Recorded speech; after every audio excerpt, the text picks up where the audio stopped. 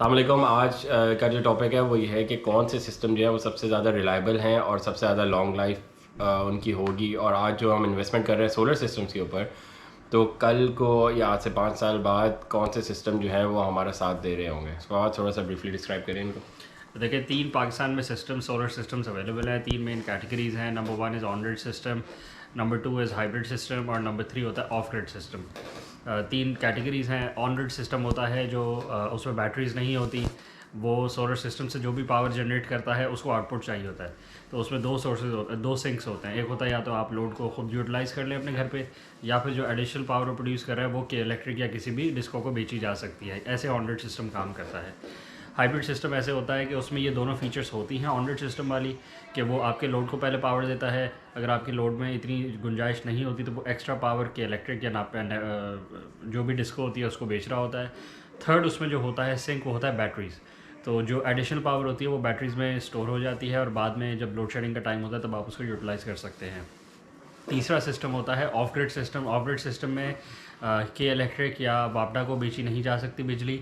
वो पहले आपको पावर दे रहा होता है आपके घर को, उसके बाद वो बैटरीज को स्टोर कर रहा होता है। उसमें तीसरी सिंक नहीं होता। तो ये तीन तरह के सिस्टम हैं। अब पाकिस्तान के तराजुर में, पाकिस्तान के स्कोप में जो मोस्ट प्रैक्टिकल सिस्टम है और जो सबसे ज़्यादा देर पा रहेगा और पिछले 5 साल में देर पा रहा है, वो हाइब्रिड सिस्टम है। क्योंकि एक होम ओनर या किसी भी कमर्शियल प्लेस पे जो सोलर कैपेसिटी है वो अपनी प्रोडक्शन तो करती रहती है ड्यूरिंग द डे। पहले आपके लोड को पावर आती है, उसके बाद बैटरीज में जाती है, और थर्ड जो भी एक्स्ट्रा पावर होती है वो नेपरा या वापडा या के इलेक्ट्रिक को बेची जा सकती है। इससे फ़ायदा ये होता है कि ड्यूरिंग लोड शेडिंग भी आपको आपका जो सिस्टम है वो अप एंड रनिंग रहता है। ऑन ग्रिड सिस्टम की जो ड्रॉबैक, एक मेजर ड्रॉबैक है कि जब भी लोड शेडिंग होगी तो on grid system shut off हो जाता है automatically. You can not turn it on. Hybrid system shut off नहीं होता। वापडा को वो भी नहीं बेच सकता ड्यूरिंग लोड शेडिंग, बट वो आपके लोड को भी शट ऑफ नहीं कर देता। आपके लोड को थ्रू बैटरीज वो पावर अप कर रहा होता है। अगर हाइब्रिड सिस्टम ना लगा हुआ और बैटरीज ना मौजूद हो तो फिर आपको एक जेनसेट सेपरेटली लगवाना पड़ता है ताकि आपके लोड को पावर मिलती रहे। ठीक है, ठीक है। अच्छा, अब मुझे ये बताएं कि जैसे हमने देखा था ऑस्ट्रेलिया में जब हम काम कर रहे थे कि जो फीड इन टैरिफ था, जब हम 5 साल पहले की बात करें अगर, तो वो तकरीबन 22 सेंट था। और जब हम 2018 और 19 में पहुंचे और इतनी ज़्यादा इंस्टॉलेशन हो गई वहाँ पे, तो फीड इन टैरिफ जो है वो कुछ इलाकों में 2 सेंट पे भी आ गया। बिल्कुल। तो ये चीज़ तो यहाँ भी इम्प्लीमेंट हो सकती है। आज के इलेक्ट्रिक ख़रीद रहा है, कल को इनको ज़रूरत ना हो, ठीक है। अभी आपको पता है कि मुल्क में अभी बहुत ज़्यादा अभी ज़रूरत है, पर अगेन आप आज से 10 साल बाद का सोच लें कि अगर बहुत ज़्यादा इंस्टॉलेशन शुरू हो गई और इनके पास इलेक्ट्रिसिटी ज़्यादा आ गई, तो फिर ये क्या करेंगे? फिर हमसे नहीं ख़रीदेंगे। बिल्कुल ऐसा ही है। तो जो आपने डिस्कस किया है, दूसरा एस्पेक्ट है of an on grid system. इसमें ये बात है कि do you want to sell, आप सारी बिजली अपनी बेचना चाहते हैं या आप सेल्फ कंज्यूम करना चाहते हैं। इसमें जो ज़्यादा अच्छी अप्रोच है वो ये है कि मेजॉरिटी ऑफ द चंक आपको सेल्फ कंज्यूम करना चाहिए और थोड़ा सा जो बकाया है वो आप बेच सकें। हाइब्रिड सिस्टम ये दोनों चीज़ों को इंश्योर करता है कि आप बैटरीज़ के थ्रू जो भी दिन में आप प्रोड्यूस कर रहे हैं, अगर आप दिन में कंजम्पशन इतनी नहीं है तो आप बैटरीज़ में स्टोर कर लें और नाइट टाइम में उसको कंज्यूम कर लें। ऑन ग्रिड सिस्टम जो है वो it does not work like that. उसको दिन ही दिन में जो भी करना है करना है। अगर आपका दिन का लोड ज़्यादा है तो आपको पावर देगा, दिन का लोड अगर आपका ज़्यादा नहीं है तो वो फिर के इलेक्ट्रिक या वापडा को सेल करेगा। That is how it works. तो क्योंकि इसमें रिलायबिलिटी नहीं है, दो मसले हैं ना। एक तो ये कि ग्रिड फेल कर जाती है, मतलब ग्रिड की लाइट चली जाती है, लोड शेडिंग हो जाती है, ऑन ग्रिड सिस्टम को वो ऑफ करवा देती है। एक ये ड्रॉबैक है। दूसरा ड्रॉबैक ये है कि जो टैरिफ जिसकी आपने बात करी वो टैरिफ फिक्स नहीं है। तो आज अगर अच्छा टैरिफ दे रहे हैं, 20-22 रुपये का आपको बेनिफिट दे रहे हैं, कल को वो 1 रुपया भी दे सकते हैं। Nobody is going to hold them accountable. आप फोर्स नहीं कर सकते किसी भी इलेक्ट्रिसिटी प्रोवाइडर को कि वो आपसे बिजली ख़रीदे। वो बोल सकता है कि भाई हमें ये फीजिबल नहीं रहता कि हम इनसे बिजली ख़रीदें। अच्छा, एक और बात, सॉरी मैं बात काट रहा हूँ, कि हम तो इस तरह भी अकाउंटेबल नहीं होने कर सकते कि हमने भाई आपको 600 यूनिट बेचे हैं और वो अगर कहते हैं नहीं हमने 400 लिए हैं आपसे, तो व्हाट यू कैन डू। आप तो इस पे भी क्लेम नहीं होने कुछ कर सकते, क्योंकि जो ग्रिड का वोल्टेज है उसकी मेंटेनेंस वो करते हैं। अगर वो ग्रिड के वोल्टेज को डाउन कर दें, ग्रिड के वोल्टेज को वो हाई कर दें अगर, तो जो आपका नेट मीटरिंग का जो सिस्टम है वो वर्क नहीं करता। आपका जो ऑन ग्रिड सिस्टम है वो वोल्टेज डिफरेंस पे काम करता है। आप उसे वो फोर्स नहीं करते कि वो सेल करे कि इलेक्ट्रिक या वापडा को। जब वोल्टेज ग्रिड के कम होते हैं और आपके ऑन ग्रिड सिस्टम के वोल्टेज ज़्यादा होते हैं तो वो ऑटोमेटिकली करंट फ्लो करना शुरू कर देता है ग्रिड के अंदर, और जो आपका बाई डायरेक्शनल मीटर है वो नोट करता रहता है कि कितने यूनिट्स जा रहे हैं। अब इंटेंशनली कि इलेक्ट्रिक या वापडा अपने ग्रिड के वोल्टेज को हाई कर सकता है। ये एक प्रॉब्लम आई थी ऑस्ट्रेलिया में कि ग्रिड का वोल्टेज, क्योंकि नेट मीटरिंग इतनी ज़्यादा हो गई थी, इतने ज़्यादा प्रोड्यूसर्स हो गए थे हर घर में, कि ग्रिड का वोल्टेज ऑटोमेटिकली हाई हो गया था। तो फिर जो भी और बंदा लगाता था उसकी नेट मीटरिंग शुरू ही नहीं होती थी। बेशक दिन में सूरज होता है और आपका सिस्टम प्रोडक्शन कर सकता है, बट क्योंकि ग्रिड का वोल्टेज आपके इन्वर्टर के आउटपुट वोल्टेज से भी ज़्यादा है, तो करंट फ्लो ही नहीं करता ऑटोमेटिकली, और आप उसको कोई वे नहीं है कि आप उसको बाईपास कर सकें। आपके जो आपका जो ऑर्डर्ड इन्वर्टर है उसमें आउटपुट वोल्टेज का अपर एक थ्रेशोल्ड है, उससे आप बढ़ा नहीं सकते उस वैल्यू को, क्योंकि उससे ज़्यादा बढ़ाएं तो ग्रिड में डेंजरसली हाई वोल्टेज हो जाता है। तो इसमें लिमिटेशंस है। अब इस पर वर्क नहीं किया जा रहा, ये कंज्यूमर्स को नहीं बताया जा रहा कि देखें सेल्फ कंजम्पशन जो है वो तो है आपके हाथ में।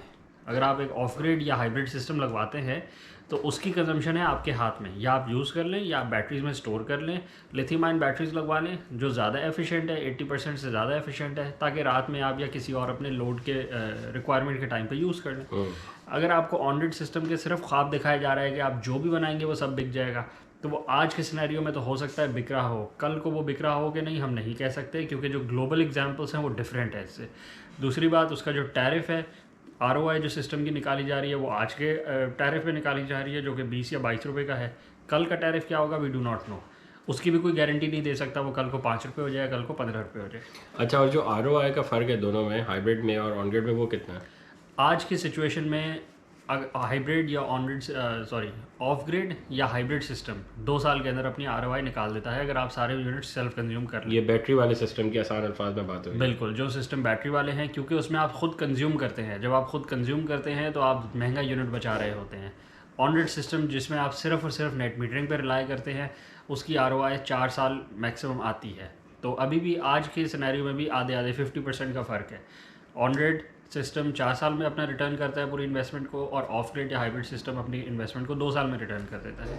तो ये कोई एजेंडा नहीं है, ये कंज्यूमर को गाइड करने वाली बात है कि कंज्यूमर के सामने सारे ऑप्शंस रखे जाएं, फिर कंज्यूमर डिसाइड करे कि उसको क्या चाहिए। मगर सारी बातें कंज्यूमर को बताना ज़रूरी है कि देखें ये आने वाले, अब इसमें एक मसला ये भी है ना कि जो इंस्टॉलर जो सोलर कंपनीज हैं उनको खुद इन बातों का नहीं पता, उनको एक्सपोजर ही नहीं है कि दुनिया में क्या हुआ है। बिल्कुल, सोलर इंडस्ट्री पाकिस्तान में आए हुए अगर 4 से 5 साल हुए हैं, तो दुनिया में तो 15 साल से मौजूद रही है, और दुनिया ने इस टेक्नोलॉजी को अडॉप्ट किया है, और उसने फिर इसके जो कॉन्सिक्वेंसेज हैं उनको भी फेस किया है।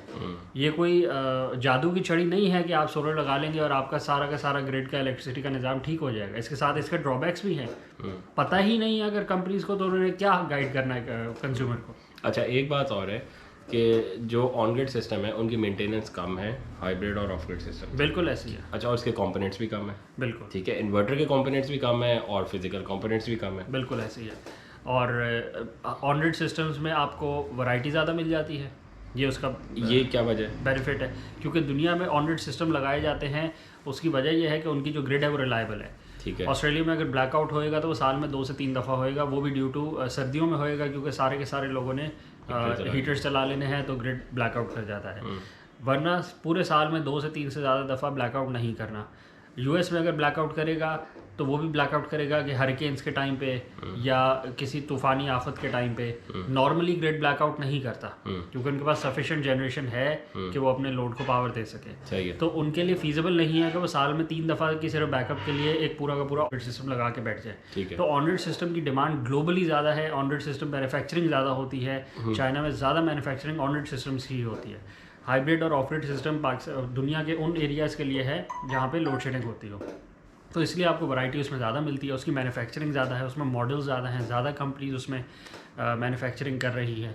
तो ये फ़र्क है, जिसकी मैन्युफैक्चरिंग ज़्यादा होती है उसमें आपको वैरायटी ज़्यादा मिल जाती है। ठीक है, अब ये अगेन कंज्यूमर के ऊपर है कि वो दोनों बातों को और दोनों पॉइंट्स को किस तरह अपने ऊपर एडजस्ट करता है कि मुझे ग्लोबली देखना है कि सब दुनिया में अगर ऑन ग्रिड लग रहा है तो मैं भी ऑन ग्रिड लगा लूँ, या फिर मेरी ROI जो है वो 2 साल में निकल रही है और उसके बाद जो है मैं सारा फ्री चल रहा हूँ, तो मैं हाइब्रिड की तरफ या ऑफ ग्रिड की तरफ चला जाऊँ। मेरा ख्याल है इसको यहाँ पे रैप अप करें।